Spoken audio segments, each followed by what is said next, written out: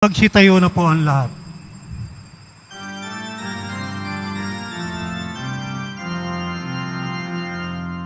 Magkalak tayong lahat, si Yesu Kristo'y nabuhay na naig sa kamatayan. Alleluia, Alleluia. Panginoon ang nagihang sa Diyos ng bayan. Mga hirang masarap ng hirang, maganap tayong lahat. Si Yesu Kristo'y nabuhay na naig sa kamatayan. Alleluia, Alleluia. Simulan po natin ang pagdiriwang sa ngalan ng Ama at ng Anak at ng Espiritu Santo. Amen. Ang pagpapala ng ating Panginoong Jesucristo, ang pag-ibig ng Diyos Ama at ang pagkikipagkaisa ng Espiritu Santo naway sumainyong lahat. At sumayo rin. Mga kapatid, tayo pong lahat ay nagkakatipon bilang isang mag-anak ng Diyos sa pagdiriwang ng banal na misa. At upang tayo po ay maging karapat-dapat gumanap sa banal na pagdiriwang na ito, alalahanin po natin ang ating mga pagkukulang at nagawang pagkakasala at buong kababaang loob po tayong humiling ng awa at pagpapatawad mula sa Diyos.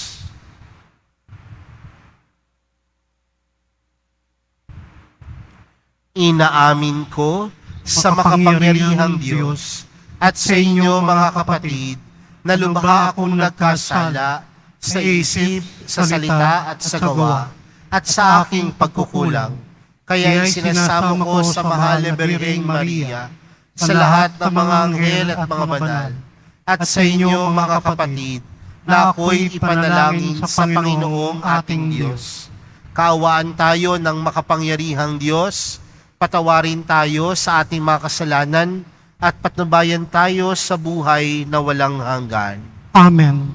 Panginoon, kaawaan mo kami. Panginoon, kaawaan mo kami. Kristo, kaawaan mo kami. Kristo, kaawaan mo kami.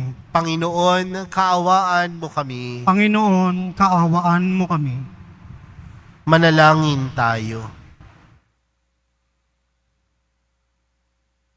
Ama naming makapangyarihan, ipagkaloob mong lagi naming maranasan ang pamumunga ng aming ginagampanan ngayong Pasko ng pagkabuhay na iyong ibinigay upang aming ipagdiwang sa pamamagitan ni Jesucristo kasama ng Espiritu Santo magpa sa walang hanggan. Amen. Magsiupo muna ang lahat.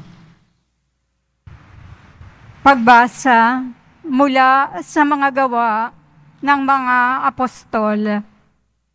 Mula sa Troas, tuloy-tuloy kaming naglayag patungong Samotracia at kinabukasay sa Neapolis.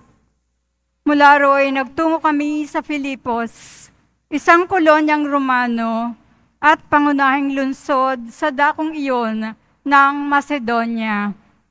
Nanatili kami roon ng ilang araw.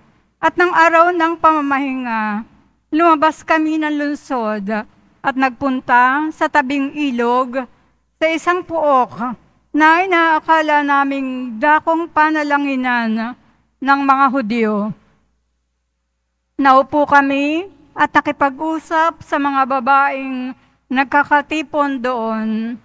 Kabilang dito ang isang nagngangalang Lydia, taga Thyatira at mga ngalakal ng mga telang purpura. Siya'y may takot sa Diyos. Binuksan ng Panginoon ang kanyang isip at siya'y naniwala sa ipinangangaral ni Pablo. Nagpabinyag siya at ang kanyang mga kasambahay.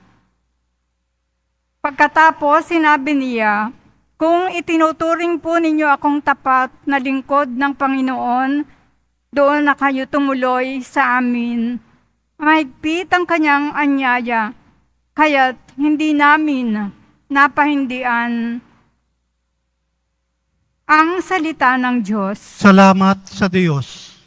Panginooy nagagalak sa hirang niyang mga anak. Panginooy nagagalak sa hirang niyang mga anak. Ang Panginooy purihin, awitan ng bagong awit. Purihin sa pagtitipon ng tapat sa pananalig. Magalak ka, O Israel, dahilan sa manlilikha, dahilan sa iyong hari, ikaw Sion ay matuwa.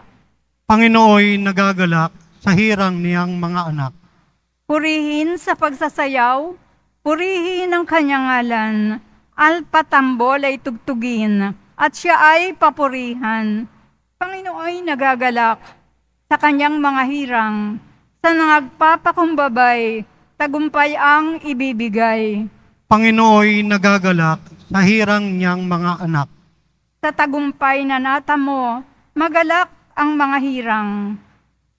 Sa kanilang pagpipista ay magsaya't mag-awitan. Sa pagpuri sa Panginoon ay bayaang magsigawan. Ang tatanggap ng tagumpay ay ang kanyang mga hirang. Panginooy nagagalak sa hirang niyang mga anak. Magsitayo na po ang lahat.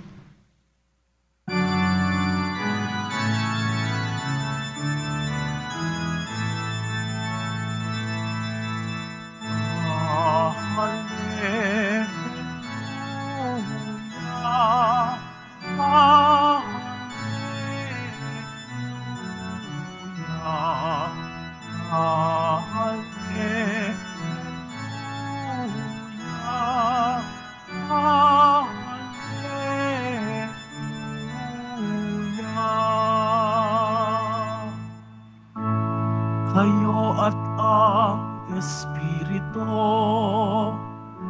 ang siyang magpapatotoo tungkol sa aral ni Kristo. Hallelujah, hallelujah.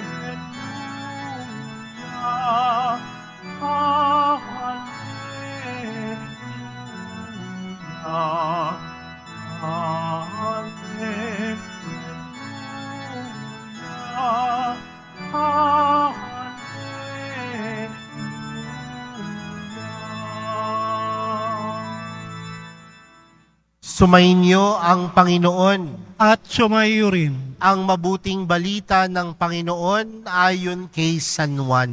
Papuri sa iyo, Panginoon.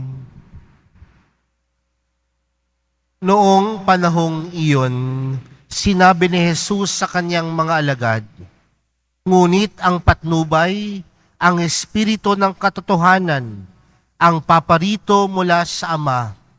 Susuguin ko siya sa inyo buhat sa Ama, at siya ang magpapatotoo tungkol sa akin, at magpapatotoo rin kayo tungkol sa akin, sapagkat sa pasimula pa'y kasama ko na kayo. Sinasabi ko ito sa inyo upang huwag kayong mawalan ng pananalig sa akin. Palalayasin nila kayo sa mga sinagoga. Darating ang panahon na ang sinumang pumatay sa inyo ay mag-aakalang naglilingkod siya sa Diyos. At gagawin nila ito sapagkat hindi nila ako nakikilala ni ang Ama. Ito'y sinasabi ko sa inyo upang pagdating ng oras na gawin nila, maalala ninyong ipinagpauna ko na ito sa inyo." Mga kapatid, ang mabuting balita ng Panginoon. Pinupuri ka namin, Panginoong Hesukristo. Magsiupo muna tayong lahat. Magandang tanghali po sa inyong lahat. Isa po sa hamon sa atin bilang mga Kristiyano at Katoliko ay ang magpahayag po ng salita ng Diyos. Kasama po sa pagpapahayag ng salita ng Diyos ay ang pagpapahayag po ng gawa ni Kristo. Tandaan po natin na ang misyon na ito ay hindi lamang iniaatas sa mga taong pumasok sa buhay reliyoso o buhay reliyosa. Bagkus, ang bawat isa sa atin na bininyagan at nananampalataya kay Jesus ay tinatawagang magpahayag ng kanyang gawa at salita. Pero aminin natin ng katotohanan na hindi madali ang pagpapahayag ng salita at gawa ni Jesus. Sa atin pong mga narinig nitong mga nakaraang araw, mapapansin po natin ang hirap na dinanas ng mga unang Kristiyano.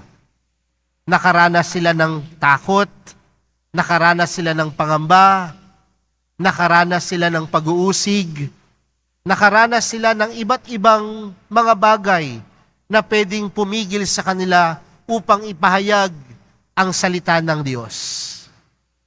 Pero kung mapapansin po natin mga kapatid, nandoon nga yung takot, nandoon nga yung pangamba, nandoon nga minsan yung pagdududa.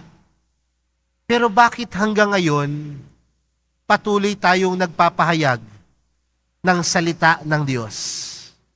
Patuloy pa rin merong mga taong gumagawa at nagpapahayag ng gawa ni Jesus. Dahil isa lamang ang katotohanan, hindi nagpapabaya ang Diyos. Hindi magpapabaya si Jesus. Dahil totoo siya sa kanyang pangako. Totoo siya sa mga bagay na kanyang iniwan para sa atin. Sabi po sa ating ebanghelyo, ang sabi ni Jesus, ngunit ang patnubay, ang Espiritu ng katotohanan, ang paparito mula sa Ama, susuguin ko siya sa inyo buhat sa Ama, at siya ang magpapatotoo tungkol sa akin, at magpapatotoo rin kayo tungkol sa akin, sapagkat sa pasimula pa'y kasama ko na kayo. Ibig sabihin, may patnubay, merong gumagabay. At kung merong pumapatnubay at merong gumagabay, panawagan, ipagpatuloy ang misyon. Ipagpatuloy ang hamon ni Jesus. Aminin natin, may mga pagkakataon na may makakaranas tayo ng panghihina ng loob. Lalo na sa mga pagkakataon na wala nang naniniwala. Sa mga pagkakataon na ang daming taong tayo ay pinagdududahan. Kaya minsan mawawala lang tayo ng loob, sasabihin natin, hindi na ako magpapahayag ng gawa at turo ni Jesus. Makikipanig na lang ako sa masama. Pero hindi, mga kapatid. Ang pagpanig sa Panginoon ay pagpapaalala sa atin na ang Diyos ay papanig din sa atin. Ang pagpanig sa pagpapahayag ng mabuting balita ng Panginoon ay pagpapaalala din sa atin na kailanman ang Diyos papanig sa atin. Sa mga pagkakataon na tayo ay nawawala ng loob dahil marami ng mga bagay na mali ang nakikita natin sa ating paligid, huwag kang mawala ng loob na ipahayag pa din ang katotohanan dahil papanig sa iyo ang Diyos. Kaya mga kapatid, sa pagpapatuloy po ng ating banal na misa para sa araw na ito, ang karanasan ng mga unang Kristiyano ay karanasan din natin sa pangkasalukuyang panahon. Pero nagpapatuloy. Bakit? Dahil may patnubay. Bakit? Dahil may gabay. At sino ang gabay? Ang Espiritu Santo. At tandaan natin, ang Espiritu Santo ay Diyos na gumagabay sa buhay natin.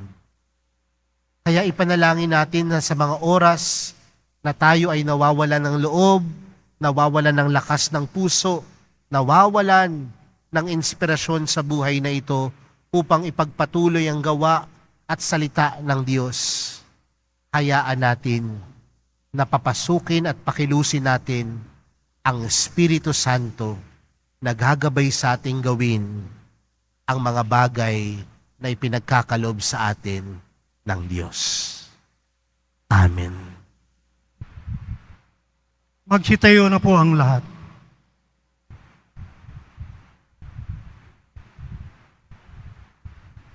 Minamahal kong mga kapatid, marami ang nagpapatotoo sa kanilang pananampalataya sa pamagitan ng kanilang buhay.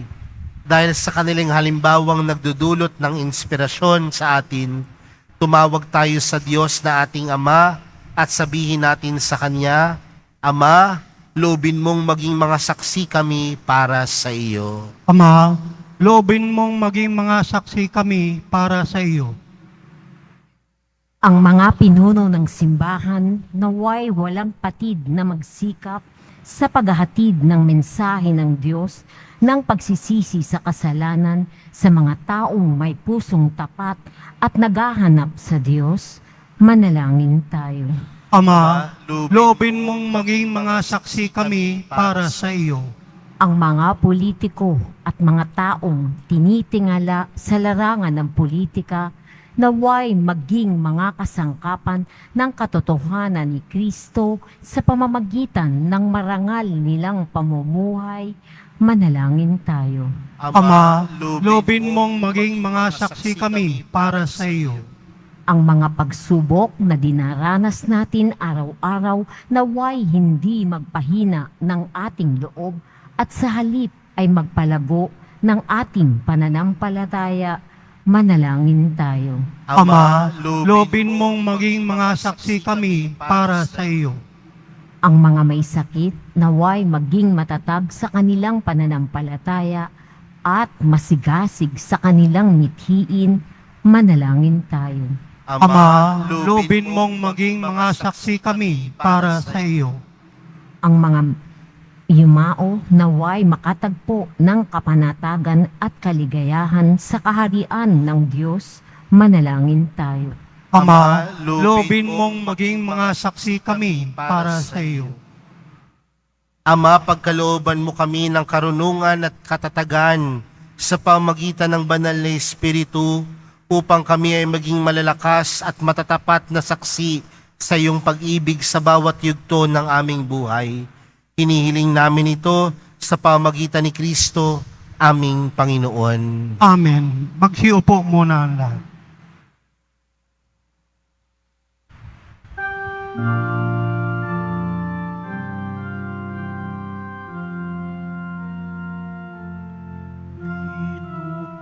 Pinupuri kita, Poon, sapagkat ako'y ililigtas. Mga kaaway di makuhang matuwa mula sa libingan. Tanggapin mo, O Panginoon, ang alay ng bayang nagdiriwang. Puhunan mong bigay ang alak at tinapay, handog ng pagkabuhay. Tanggapin mo, O Panginoon, ang alay ng bayang nagdiriwang. Puhunan mong bigay ang alak at tinapay, handog ng pagkabuhay.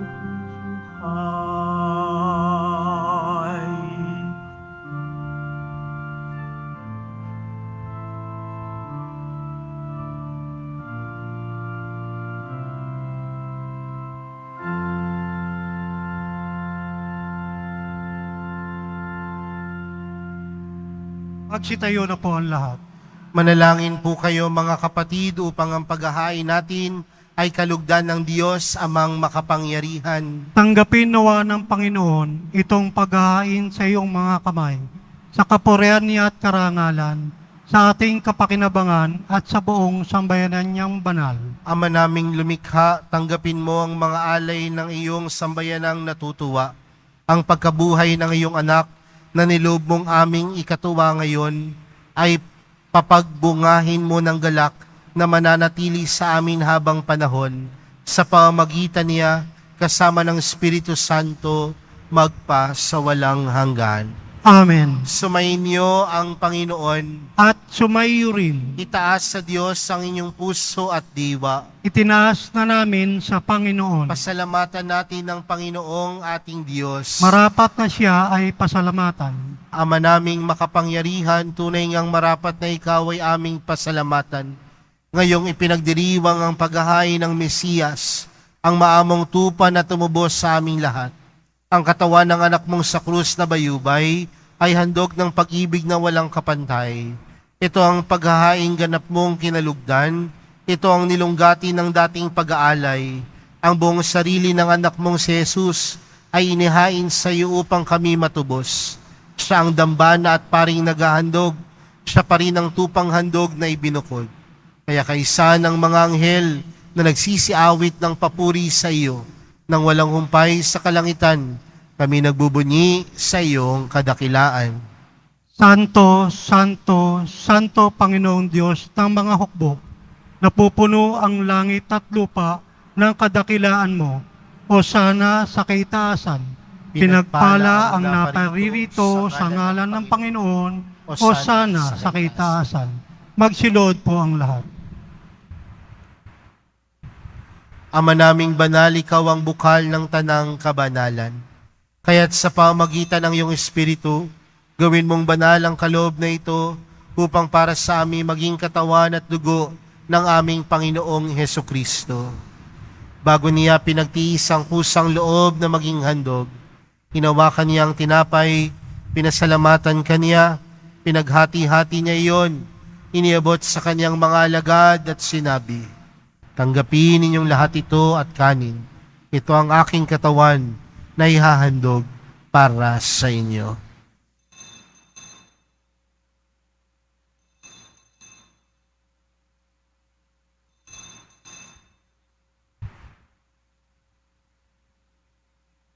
Gayon din naman noong matapos ang hapunan, ninawakan niya ang kalis, muli kaniyang pinasalamatan, iniabot niya ang kalis sa kaniyang mga alagad at sinabi, tanggapin ninyong lahat ito at inumin. Ito ang kalis ng aking dugo, ng bago at walang hanggang tipan. Ang aking dugo na ibubuhos para sa inyo at para sa lahat, sa ikapagpapatawad ng mga kasalanan. Gawin niyo ito sa pag-alala sa akin.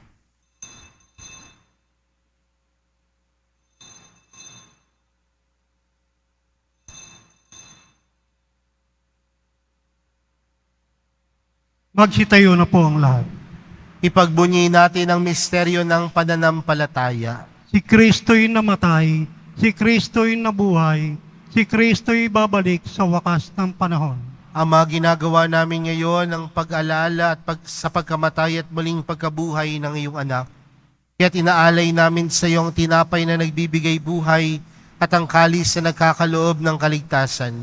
Kami nagpapasalamat dahil kami iyong minarapat na tumayo sa harap mo para maglingkod sa iyo. Isinasamo namin kami magsasalo-salo sa katawan at dugo ni Kristo ay mabuklod sa pagkakaisa sa pamamagitan ng Espiritu Santo. Ama, lingapin mo ang iyong simbahang laganap sa buong daigdig. Puspusin mo kami sa pag-ibig. Kay San Francisco na aming Papa at ni Jose na aming Obispo at ng Tanang Kaparian. Alalahanin mo rin ang mga kapatid naming nahimlay nang may pag-asang sila'y muling mabubuhay, gayon din ang lahat ng mga pumanaw. Kaawaan mo sila at patuloyin sa iyong kaliwanagan. Kaawaan mo at pagindapatin kaming lahat na makasalo sa iyong buhay na walang wakas. Kaysa ng mahal na Birheng Maria, na ina ng Diyos, kaysa ng kabiyak niyang pusong si San Jose, kaysa ng mga apostol at ng lahat ng mga banal na namuhay dito sa daigdig ng kalugod-lugod sa iyo, may pagdiwang nawa namin ang pagpupuri sa ikararangal mo sa pamagitan ng iyong anak na aming Panginoong Hesukristo. Sa pamagitan ni Kristo, kasama niya at sa kanya, ang lahat ng parangal at papuri ay sa iyo, Diyos amang makapangyarihan, kasama ng Espiritu Santo, magpa sa walang hanggan. Amen. Lumapit po tayo sa Ama natin sa langit, sa panalangin itinuro sa atin ni Jesus. Ama namin, sumasalangit ka, sambahin ang ngalan mo, mapasa amin ang kaharian mo, sundin ang loob mo, dito sa lupa para ng sa langit. Bigyan mo kami ngayon ng aming kakanin sa araw-araw, at patawarin mo kami sa aming mga sala, para ng pagkapatawad namin sa nagkakasala sa amin. At huwag mo kami paintulot sa tukso, at iadya mo kami sa lahat ng masama. Hinihiling namin kami adya sa lahat ng masama, pagkalooban ng kapayapaan araw-araw, iligtas sa kasalanan at ilayo sa lahat ng kapahamakan, samantalang aming pinananabikan ang dakilang araw ng pagkapahayag ng tagapagligtas naming si Jesucristo. Sapagkat iyo ang kaharian, at ang kapangyarihan, at ang kapurihan, magpakailanman. Amen. Panginoong Jesucristo, sinabi mo sa iyong mga apostol, kapayapaan ang iniwan ko sa inyo, ang aking kapayapaan ang ibinibigay ko sa inyo. Tunghayan mo ang aming pananampalataya at huwag ang aming pagkakasala. Pagkalooban mo kami ng kapayapaan at pagkakaisa ayon sa iyong kalooban, kasama ng Espiritu Santo, magpa sa walang hanggan. Amen. Ang kapayapaan ng Panginoon ay laging sumainyo. At sumayo rin. Magbigayan kayo ng kapayapaan sa isa't isa. Kordero ng Diyos, nag-aalis ng mga kasalanan ng sanlibutan, maawa ka sa amin. Kordero ng Diyos, nag-aalis ng mga kasalanan ng sanlibutan, maawa ka sa amin. Kordero ng Diyos, nag-aalis ng mga kasalanan ng sanlibutan, ipagkaloob mo sa amin ang kapayapaan. Magsilod po ang lahat.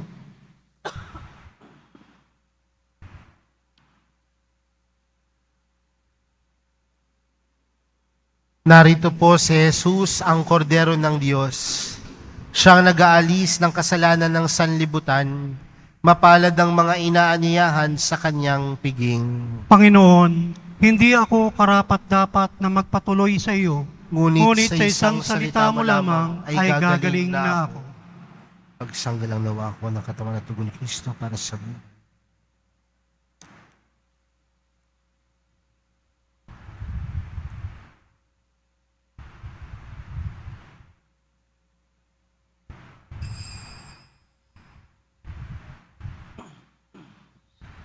Para sa lahat ng tatanggap ng banal na komunyon, sasagot po tayo ng amen. Pagkasabi ng pari o ng lay minister ng katawan ni Kristo at isubo agad sa bibig bago umalis sa harapan ng pari o lay minister. Sumunod po tayo.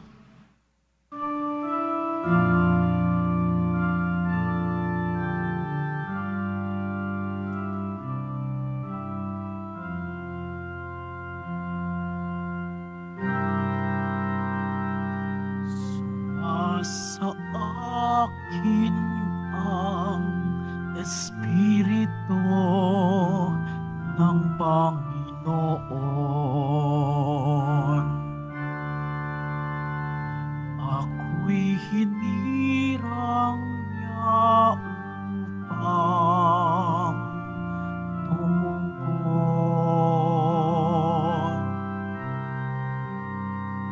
sa daing ng mga ama at ihatid sa mga dukha ang magandang balita ng kaligtasan.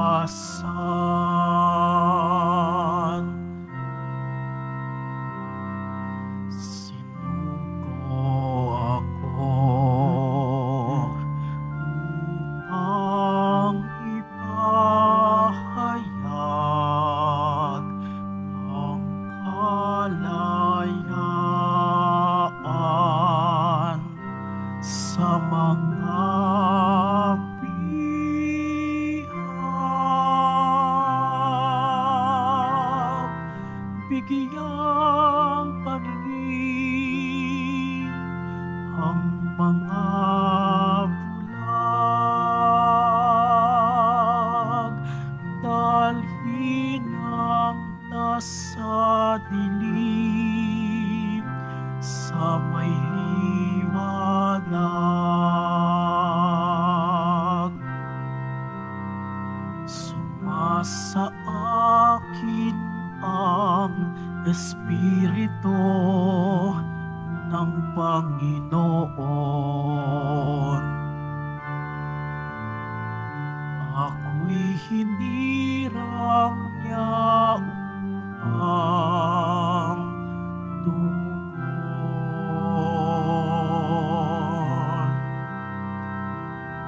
sa daing ng mga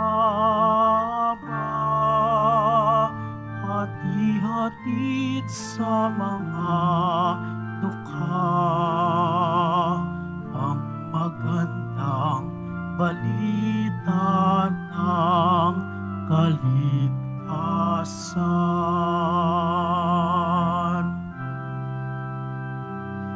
Ang inaapi at mga sinisiil ay hahanguin sa mga hilahil.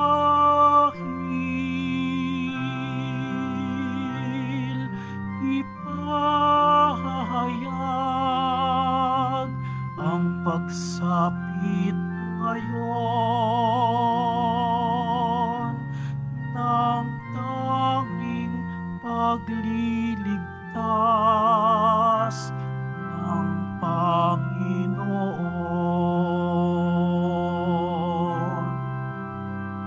Sumasa akin ang Espiritu ng Panginoon.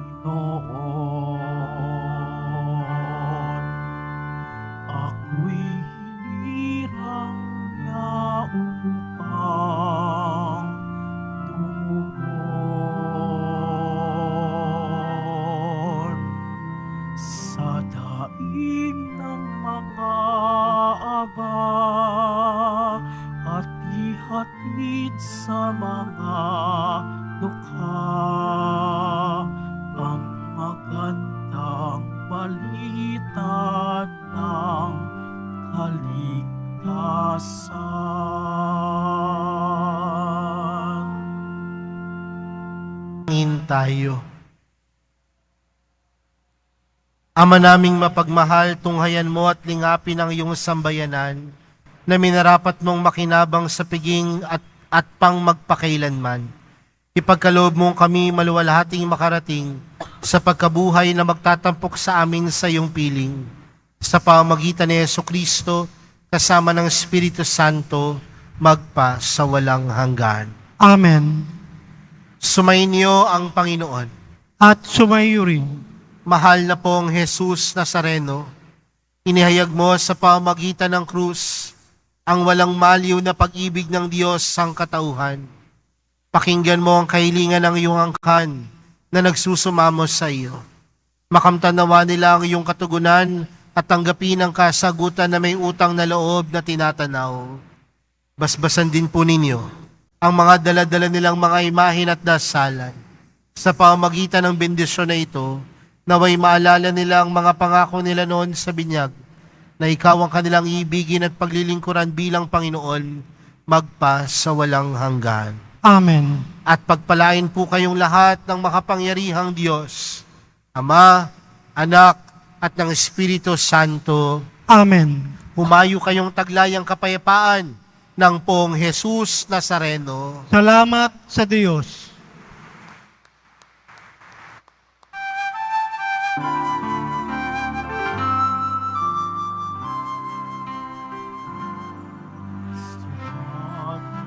Jesus Nazareno, sinasamba ka namin.